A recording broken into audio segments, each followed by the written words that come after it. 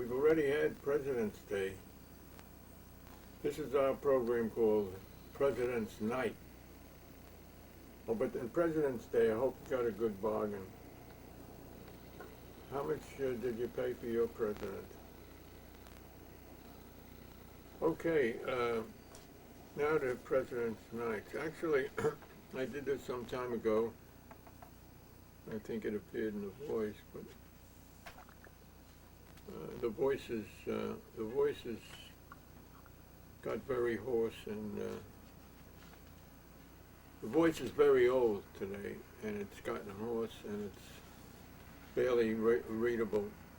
And this is a series called Great Quotations from the Presidents.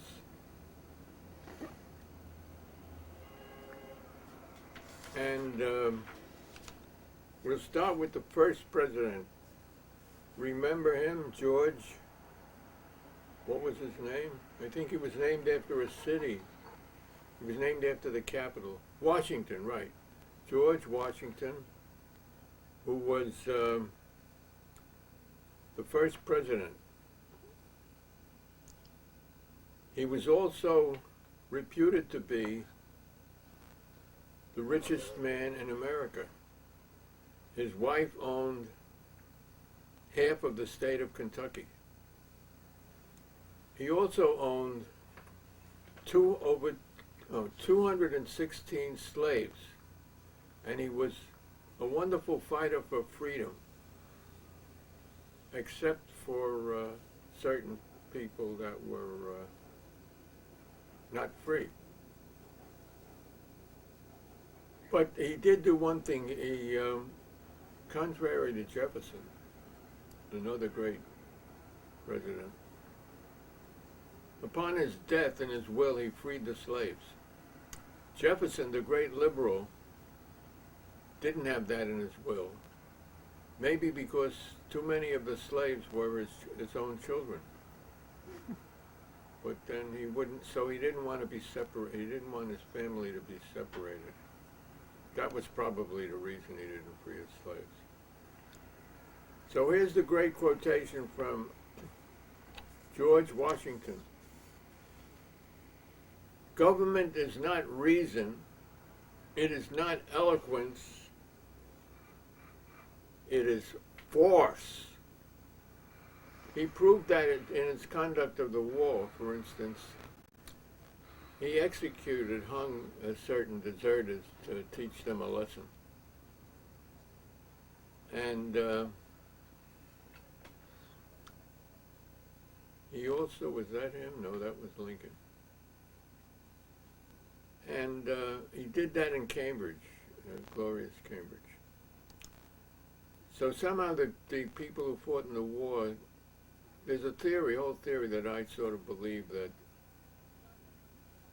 this was hardly a war for democracy and independence, because the government at that time was run by what were called the King's men. They were all appointed directly by the king. There were no elections here at all. And no native American could rise to high office or high power. So the American upper class, the native born, not the native Indians, but the native whites, wanted the lawyers, the merchants, the landowners, the slave owners. They wanted to run things because this was a colonial empire, and, for instance, nothing could be manufactured here. It was a source of raw materials that was mined, and crops were grown and taken out, tobacco, sugar, like in the West Indies. And the products were returned at a much higher cost to the colonials.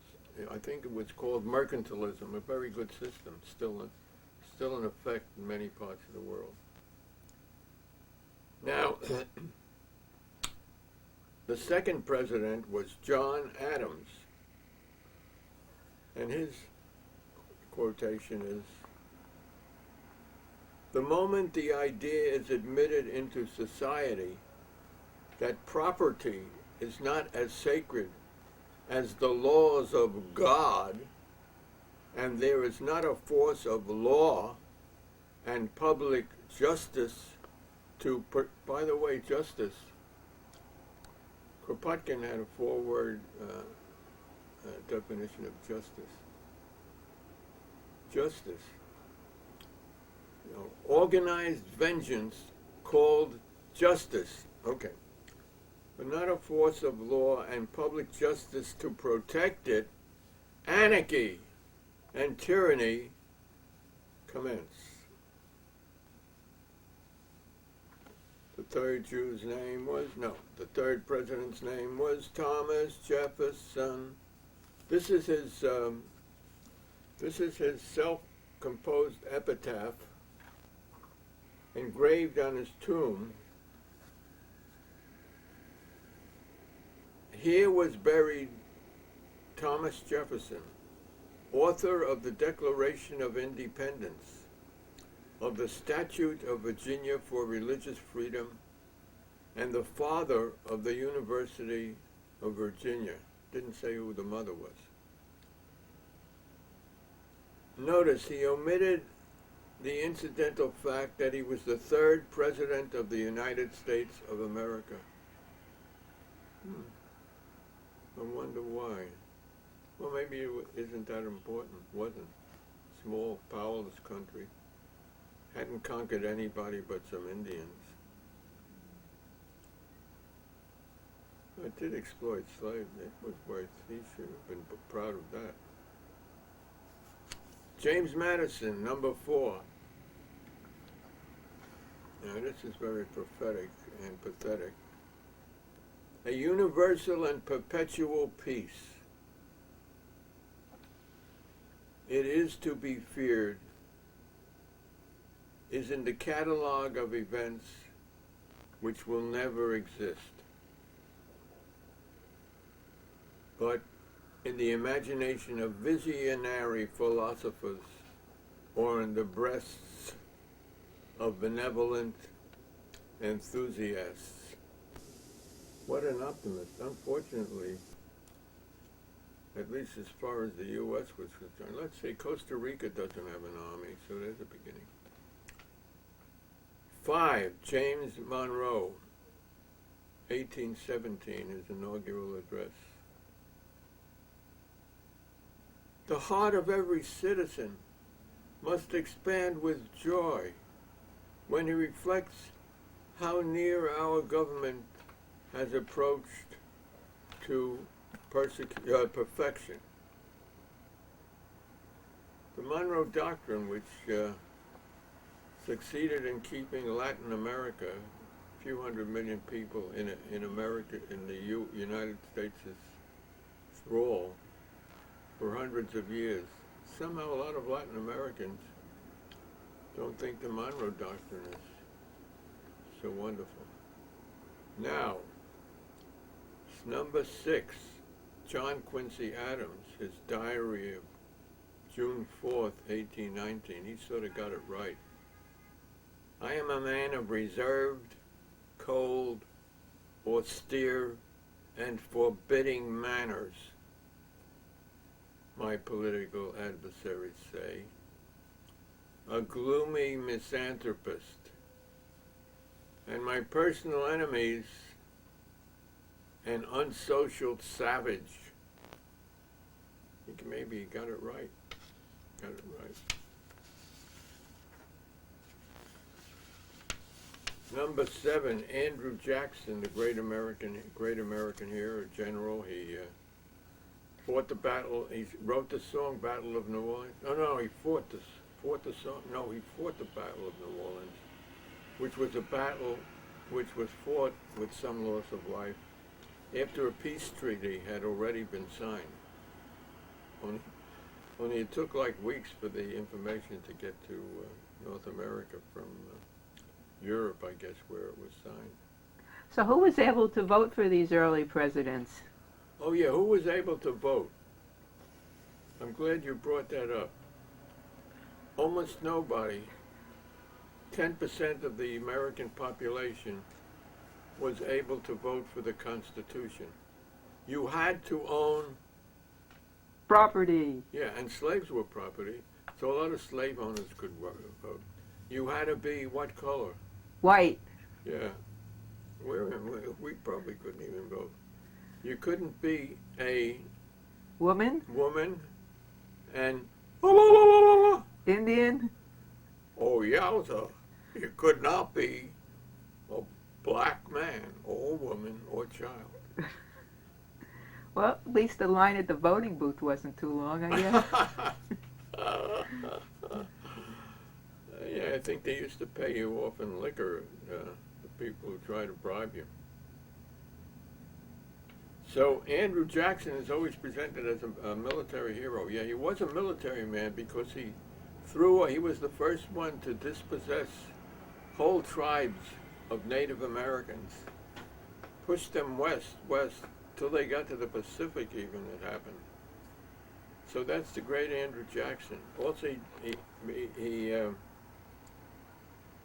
didn't like bankers, so no one can be all bad. He said, to the bankers, "You are a den of vipers and thieves. I intend to rout you out. And by the eternal God, I will rout you out." So I think he established, what did he do? Maybe the first national bank. Anyway, tried to put the bankers in their place. I don't know why a national bank would be better than the Federal Reserve. I think that's even a private. We don't understand money. It's all magical. You hand someone paper and they give you an automobile. That's magic, isn't it? You don't hand them paper and they throw you out of your apartment. Right, and if it's the wrong paper. Yeah. Right. Not enough paper. Not enough paper. Or gold. Here's Martin Van Buren, 1837. Speaking of Native Americans. The decrease in numbers of the tribes within the limits of the states and territories has been most rapid. If they be removed, they can be protected from those associations and evil practices which exert so pernicious and destructive an influence over their destinies. They can be induced to labor and to acquire property. And its acquisition will inspire them with a feeling of independence or poverty, or lack of property with poverty. Their minds can be cultivated and they can be taught the value of salutary and uniform laws and be made sensible of the blessings of free government. What a sort of contradiction those two terms are together. If you're governed by someone, how can you you're be not free? free. No. Like a governess Right. Of a child, the child is not free. That's why they're the governess. Yeah, that's an oxymoron. What? Oxymoron, it's called. Yeah, oxymoron. Like jumbo shrimp. And be made sensible of the blessings of free government and capable of enjoying its advantages. To enable the government to redeem this pledge to the Indians and to afford adequate protection to its own citizens will require the continual presence of a considerable regular military force on the frontiers and the establishment of a change of permanent army posts. Makes sense.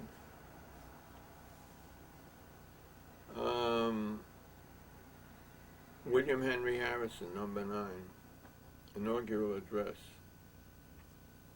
It was the remark of a Roman consul in an early period that celebrated republic, that a most striking contrast was observable in the conduct of candidates for offices of power and trust before and after obtaining them. They seldom carrying out, in the latter case, the pledges and promises made in the former.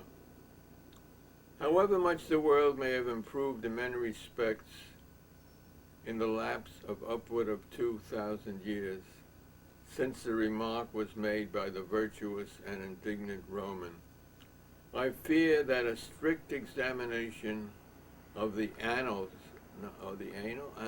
of some of the modern elective governments would develop similar instances of violated confidence.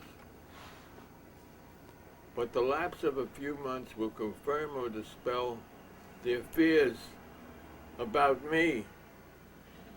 It was true, because he was such a macho guy that he appeared in public in the inaugural procession, which was at the dead of winter, without any outer clothing. He had been a general, right? I believe. And he caught a cold and died within 2 months. That's a lesson.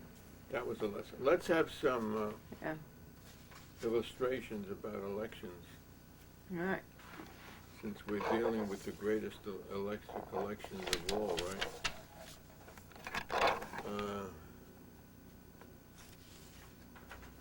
Why don't you read the French? I'll read the... All right. Let me focus in on that. It says election piège à con. Don't tell them Elections? what con really means. We can't say that. No, we can't say it, but it's usually translated. It's translated as Fools. a trap for fools. Where is my... Tell us who Le Pen is. Oh yeah, we want to know that. Yeah, here's my board. Here. Le Pen is the current rather ugly and, well, it's a guy I don't like, who's the president of France. He lives in, he used to come to New Hampshire he's an American enthusiast, so he supports everything now that America does.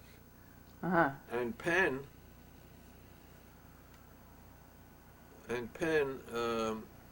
is a French fascist and racist.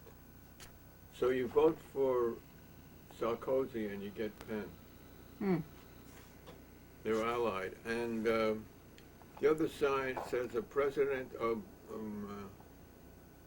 the opposite of constipation for a country of fools. Mm-hmm. Mm-hmm.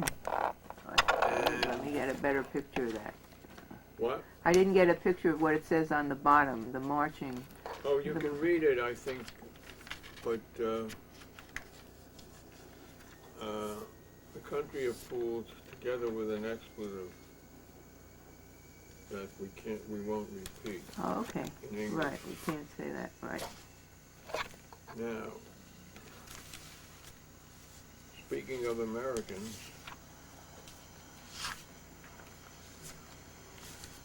you, Will Rogers, most of you people who are under the age of 100, no. I won't know who Will Rogers is. He's a great American humorist and of the 20s. Ooh. He was a Native American, or a half-breed, as they terribly say. More elections are decided between sundown and sunup than between sunup and sundown. Get it? Uh-huh. And this is a vote-stealing control panel. Hmm. And this presidency is brought to you by Diebold. Hmm. You don't count because we don't count. Very clever. Yeah. From the Book of Proverbs. Let's do one more at this time. This I found a long time ago, but it seems so beautifully appropriate. And it reads, it's called Great Moments in the History of Politics, and it reads, the new cabinet?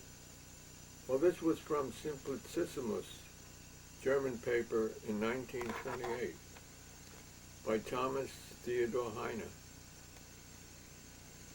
Great moments in the history of politics. The new cabinet, these faces certainly look familiar. Let's see those faces. All right, let's look close. Let's see. Got The more faces? things change. No, we don't have the faces yet. I can't see what it is. The new cabinet. What is it? They're people. Oh, I see. Yeah, right. That's right. All right. We got it? Yeah, got it. Beautifully drawn. Yeah.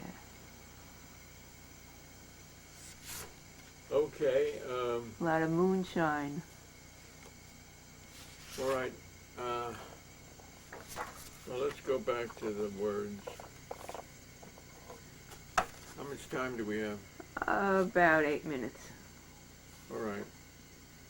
8 minutes, okay. 10th President, John Maybe Tyler. 7 minutes. 10th president. John Tyler, 1844.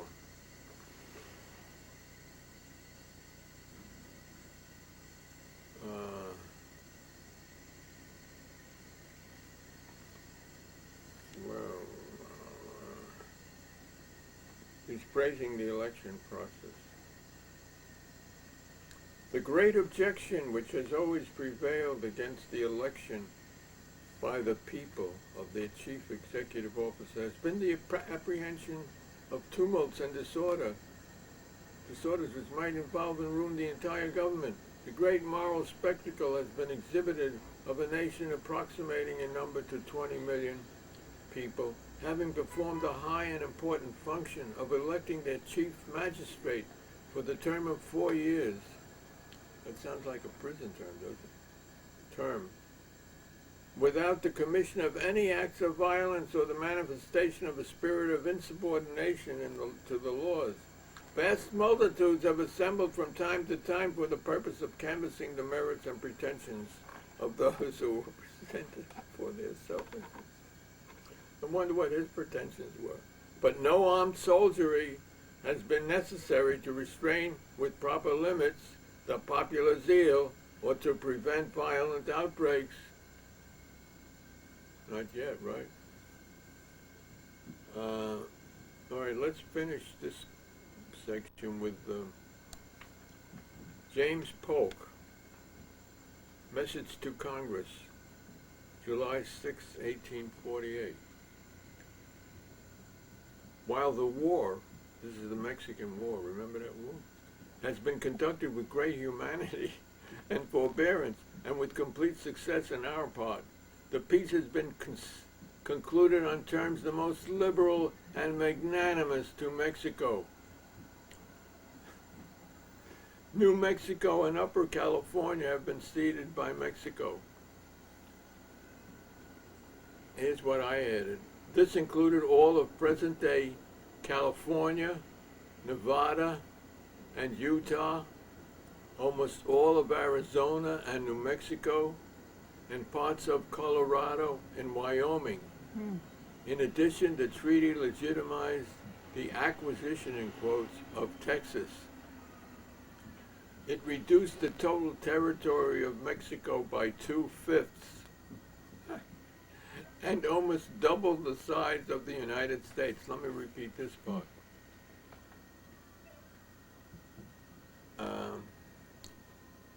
And with complete success on our part, the peace has been concluded on terms the most liberal and magnanimous to Mexico.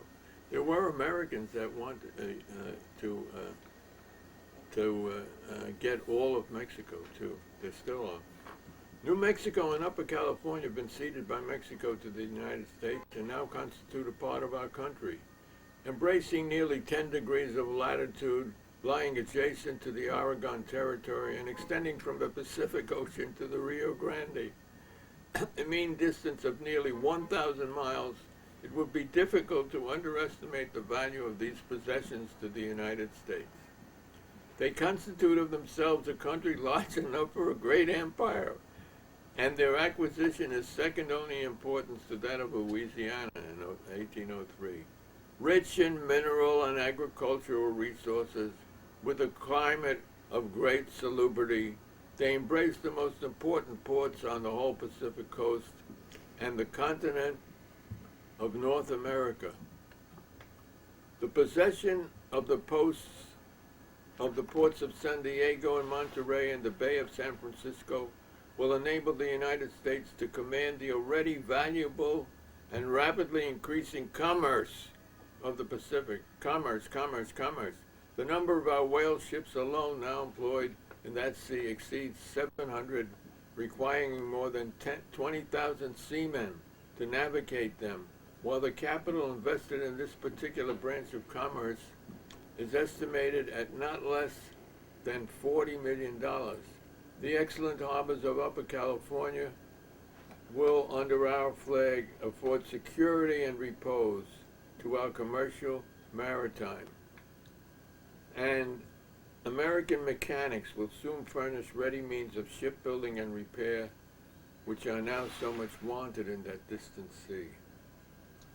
By the acquisition of these possessions, we are brought into immediate proximity with the west coast of America, from Cape Horn to the Russian possessions north of Oregon, with the islands of the Pacific Ocean, and by a direct voyage in steamers, we will be in less than 30 days from Canton and other ports of China. Now, here's the best. In this vast region, whose rich resources are soon to be developed by American energy and enterprise, great must be the supplementation of our commerce, and with it new and profitable demands, labor in all of its branches, and new and valuable markets for our manufactures and agricultural products. We have one more now? 1 minute. 1 minute, okay. This was on the Weekly World News, the most explosive sex scandal in U.S. history. I slept with 5 presidents. Remember that? Yeah. But it looks like a bed bug. Guy saying? That's a bed bug. It's a bed bug in the Oh my God. She lies. Ooh, I was hold the it one. Up, hold it up. I can't see that bed bug. I was the one, the Hold bed it up. bug says. Hold She it up. lies. I was the one who slept with these presidents. I believe it. There's such a bed bug invasion. Look at that. All right, so we'll be back again, maybe with more presidents, until there are no more presidents. All right. When will we be able to have some